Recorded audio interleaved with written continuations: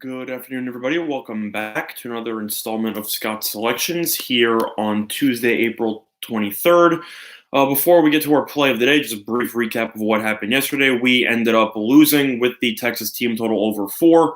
I'm also aware a decent amount of viewers ended up taking a 3.5 with more juice. And for those people, it just didn't work out, I guess. Texas ended up stranding 10 people on base. They went 1 for 7 with runners in scoring position. If you watched any of the game, Bassett had control issues the entire game, but the Rangers kept swinging at first pitches at 80-something miles an hour. They just couldn't make solid contact on it. Is what it is. Texas ended up only scoring 1 run. I felt like they should have had at least 4. But is what it is. They ended up losing. How's it going, Terry? Thanks for joining us. But overall, that brings our record on this show to 21-15-2, as we are still up 4.7 units. However, we have lost 2 straight with the Warriors and now Texas, as we will look to try to briefly stop the bleeding. How's it going, Jimmy? Thanks for joining us. So, having said that, that will bring us to the play of the day, and we will be going back to baseball. And this game, it looks like a little bit of a toss-up game, but based on the actual statuses of the two teams, I don't really think the line should be where it is, and I think there's value on this game. How's it going, Jeff? How's it going, Peter? Thanks for joining us as well. We are talking about the Atlanta Braves as they travel to Great American Ballpark to take on the Cincinnati Reds. And we like the Atlanta Braves money line, which is available at minus 108 on 5 dimes at this point in time. I would personally bet it now if you can instead of waiting, because it started out at about even money, and Atlanta is even up to minus 117 in some spots. But they are available at minus 108 on 5 dimes, mostly around minus 110. I think there's a lot of value on the Braves in this spot. Thanks a lot, Ben. Appreciate that. Glad that you've enjoyed. Welcome. Hopefully you chat. Hopefully you comment more in the future. If that doesn't, if you're not comfortable about that, that's fine. Hope you enjoy the content anyway. I'll still go into the NBA games later. I'm still going to do my leans, but I always start out with play of the day. I'm actually going to get into that, Jimmy, in terms of where I'd also lean in the total in this game. But Atlanta will be using Kevin Gassman in this game, who is 1-1 with a 2.75 ERA. If his name sounds familiar and you don't really know why, he used to pitch on Baltimore for a couple of years. And Cincinnati will be using now MLB journeyman Sonny Gray, former Yankee, former A, and he is currently 0-3, but he does have a 2.79 ERA, which is definitely nothing to scoff at. But either or, Sonny Gray has gotten one of the worst run supports in the entire league. In his 4 starts this season, he's gotten 7 total runs of support, and only 2 of those 7 runs have come while he's still pitching in the game.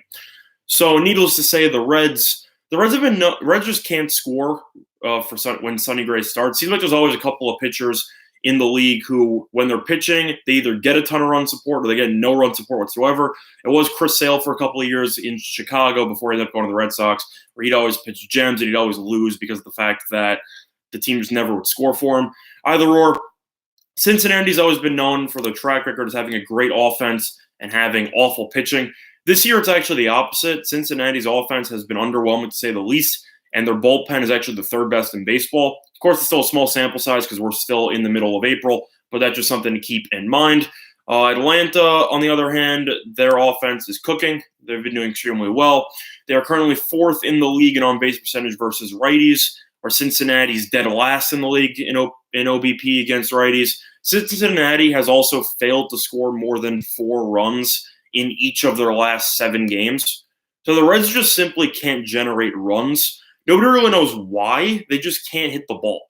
I know that people have faith in Votto, as he's been the face of the franchise for pretty much his entire career, even though Cincinnati's made the playoffs around maybe 1 or 2 times in his tenure with Cincinnati. But either or, the team itself isn't great. Suarez is decent. Puig's been underwhelming so far. His average is below 200 in the Mendoza line. But overall, Cincinnati just can't score, and they haven't been able to score recently. They did take 3 out of 4 against the Padres over the weekend, or over the extended weekend, I should say. But overall, Cincinnati still can't score. They haven't scored more than 4 runs in each of their last 7 games. So based on that, I have a feeling Cincinnati's offense is going to struggle. Gassman was not great in his last start against Cincinnati in Great American Ballpark, but that was 2 years ago. So I'm assuming the times are a little bit different. He had some arm issues, which he's worked out. And so far, he's been pretty solid with Atlanta. Meanwhile, Atlanta's offense as a whole has been relatively streaky, but they have scored at least 4 runs in each of their last 3 games, and they absolutely destroyed the Indians this past weekend with their bats, as they have been able to. They scored over 8 runs. They scored at least 8 runs in each of their last 2 games. So this mainly just has to do with the fact that the Braves itself are playing extremely well on offense, where Cincinnati can't score any runs. Both pitchers have pitched well this season. I think Sonny Gray is the bigger shocker there after the fiasco with the Yankees and how he's actually had a 2.79 ERA, but Cincinnati doesn't score for him, and he's still 0-3. So overall, I will be leaning to Atlanta in that game, and I think at minus 108, I think there is a lot of value on that game as a whole, not to mention the fact that Atlanta's lineup itself is just significantly better. You have the Freemans of the world, you have the Acuñas, you have the Albies, you have the Donaldsons. Everybody's been rolling lately, and I think the Braves should. You also have Markakis and McCann as well. I think that this game will be relatively low scoring, and to Jimmy's point, I would lean to the under in the first 5 based on how these pitchers have pitched and the lack of run support that Gray has gotten so far this season. But the Braves have the ability to reach that total all by themselves, as they've scored at least 8 runs in each of the last 2 games, I've said before. And I think the Braves they're only 11-10, and this team was projected to potentially win the division. However, they're 11-10, but they're only half a game back in the division. So I know it's still in the middle of April, but if Atlanta is able to win this game, they can move into a potential first place of their division, which I think is important. Where the Reds have had a great weekend, they're still 8-13. This team still stinks, and I think that you're getting the better team here. And I think that you're getting the better offense here by a wide margin. And for that reason, I think that this spread should be somewhere in the realm of minus 115 to minus 125 or so, maybe even higher. I'd say minus 115 to minus 130. So I think at minus 108, this line in terms of value is a relative gift. And I will be taking the value with the Atlanta Braves at minus 108 on 5 dimes. But some people have been asking about basketball, and we will do what we always do, which is we will do my leans for the playoff games. So for tonight, to start off, you have Toronto versus Orlando. Start at 11.5, total of 205. The total's gone up to 206, and Toronto is now favored by 12. I still lean to Toronto. Everybody was concerned about Toronto in Game 1. Then people forgot that Toronto always is awful in Game 1. They dominate the rest of the series typically in the first round. Orlando lost both games at home. The last game they played in Game 4 was extremely convincing, as Toronto won that game by 20-something points. Overall, I have to lean to Toronto minus 12. I think Orlando peaked in Game 1. I think that since then, Toronto's kicked it into another gear with Kawhi and Siakam. Even Lowry's been pretty solid. He hasn't been that big at scoring, but defensively, Toronto's absolutely clamped down, and Orlando's had no answers. Orlando has been getting some contributions from Aaron Gordon, who's looked solid, and Vucevic has been okay in spots. But overall, Augustine's been silent since Game 1. Terrence Ross, besides making half-court shots at the end of third quarters, hasn't really done anything in the entire series. And overall, I just think that Toronto's the deeper team. I think Toronto will coast to an easy 4-1 series win. And I expect Orlando to kind of do what Detroit did yesterday, which is that they'll keep the game close. Then once Toronto opens up a decent-sized lead, I expect Orlando to fold. And I would lean to Toronto minus the 12, and I would lean to the under 206 in that game, based on how Toronto's defense has been playing. Moving forward, you have Brooklyn versus Philadelphia. Line opened up at 231 on the total with Philadelphia minus 8. It's up to minus 8.5 with a minus 229.5 for the total. I lean to the under in that game. I think that total is just a little bit too high for me. And in terms of the spread, I'd have to lean Philly, but I don't feel comfortable laying that many points because Brooklyn has actually hung tough in the series. If you want to know what I would personally pick, I would pretty much take every single Joel Embiid prop over because the Nets can't guard him. He's guaranteed probably around 30 points, 15 rebounds again, and roughly 5 blocks and 5 assists. And if you could also take the over in free throw props because the Nets are going to be hacking him in the paint every time. And I simply think that he will drop another monster performance in this game, assuming that he doesn't have any minutes restrictions, but I doubt that he will because if Philadelphia wins this game, they can take a nap for the next week because they will already have advanced to the next round. So I will lean to Philly and I will lean to the under, but I would lean to pretty much every over in Joel Embiid props. Moving on, you have Denver minus 5.5, and you have the total with Denver and San Antonio at 212. It has been bet down to 11, and the spread has not moved at all. It's still at 5.5. worldwide. Overall, I lean to Denver in this spot. San Antonio did a great job taking game one. They probably should have won game two after they were dominating it in the first half. Denver came back, as great teams do. Denver looked great in game four. It just seemed like San Antonio just doesn't have the offensive firepower to stick with Denver. Denver was able to just bombs away from three. San Antonio can't guard Jokic. He's a monster. Murray's been an absolute animal this entire series, and his poster dunk was on full display in game four. But overall, ever since the second half of game two, Murray has been an absolute force, and the Spurs have had no answer. So I would lean to Denver minus 5.5, and I would lean to I'll actually lean to the over at 211. I think that game's going to be close-ish for a decent portion, and San Antonio is still a good three-point shooting team. So I think that both teams should be able to score at least 105 points, and I think this game should go over the total. And my last game, Oklahoma City and Portland, the total has been bet up from 219.5 to 221, and the spread's gone from 3.5 to 4 for Portland. This spread doesn't make any sense to me, and I was actually really close to giving out Portland play of the day, but I'm still genuinely confused by the spread.